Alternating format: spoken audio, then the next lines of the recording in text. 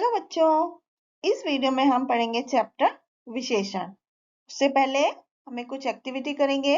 यहाँ पर बच्चों आपके चाचा जी एक व्यापारी हैं और उनके दुकान में तरह तरह के बैग बिकते हैं। तो आपको बैग की विशेषताएं बताते हुए एक सुंदर रंगीन या बहुत ही अट्रैक्टिव सा विज्ञापन बनाना है। अब हम इन चित्रों को देखते हैं। जैसे कि सुंदर फूल खिल रहा है, रिया मधुर संगीत गा रही है, डाल पर एक कौवा बैठा है। तो इन वाक्यों में जैसे सुंदर, मधुर, एक, ये जो शब्द हैं ये संज्ञा की विशेषता बता रहे हैं। जैसे सुंदर किसकी विशेषता बता रहा है? फूल की। मधुर संगीत की, एक कौवे की। तो इनको विशेषण कहते हैं। तो जो शब्द संज्ञा या सर्वनाम शब्दों की विशेषता बताते हैं उन्हें विशेषण कहते हैं। और दूसरा होता है विशेष्य। जिन संज्ञा या सर्वनाम शब्दों की विशेषता बताई जाती है उन्हें विशेष्य कहते हैं। जैसे कि हरा पेड़ में पेड़ विशेष्य है और हरा विशेषण।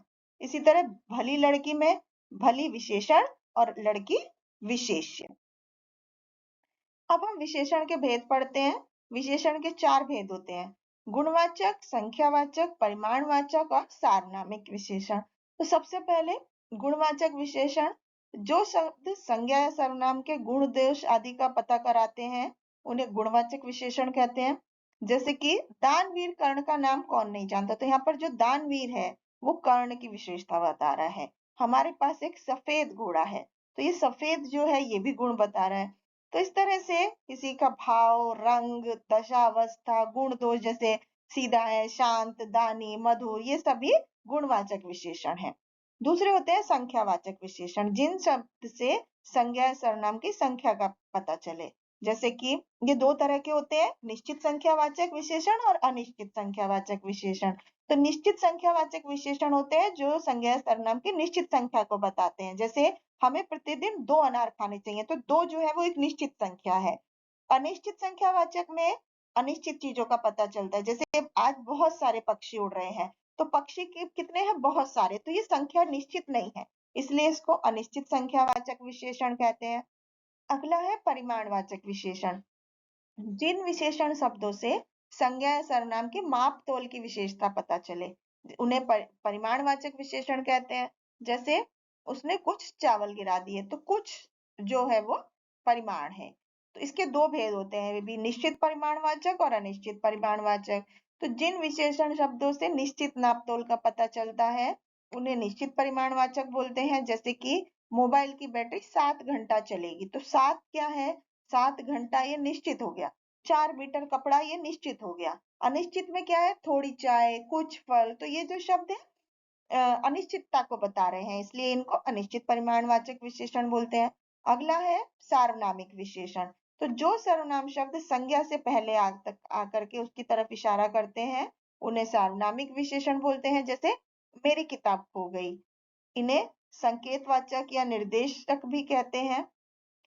प्रविशेषण होता है जो शब्द विशेषणों की भी विशेषता बताते हैं उन्हें प्रविशेषण कहते हैं। जैसे बहुत कम बच्चे, तो कम बच्चे तो विशेषण, कम तो विशेषण हो गया, लेकिन बहुत जो है वो प्रविशेषण हो गया।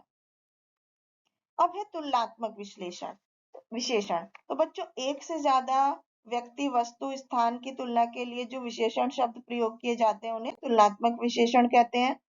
विशेषण की 3 अवस्थाएं होती है: मूलावस्था, उत्तरावस्था और उत्तम अवस्था। जैसे आप इंग्लिश में पढ़ते हैं पॉजिटिव डिग्री, कंपैरेटिव डिग्री और सुपरलेटिव। इसी तरह से मूल अवस्था में तुलना नहीं करते हैं, उत्तरावस्था में 2 लोगों में तुलना की जाती है और उत्तम अवस्था में बहुत सारी चीजों के बीच में से किसी एक को, सबसे श्रेष्ठ को चुना जाता है। अब जैसे श्रेष्ठ, श्रेष्ठतर, श्रेष्ठतम, सुंदर, सुंदरतर और सुंदरतम, महान, महत्तर और महानतर। अब हम विशेषण की रचना पढ़ते हैं। बच्चों विशेषण शब्द जो होते हैं वो संज्ञा, सर्वनाम, क्रिया और अव्यय के साथ उपसर्ग या प्रत्यय लगाकर बनाए जाते हैं। सबसे पहले संज्ञा से बने हुए विशेषण देखते हैं। जैसे पेट से पेटू, धर्म से धार्मिक, प्रेम से प्रेमी, स्वर्ण से स्वर्णिम। इसी तरह सर्वनाम से भी विशेषण बनते हैं। जैसे कौन से कैसा, वह से वैसा, जो से जैसा।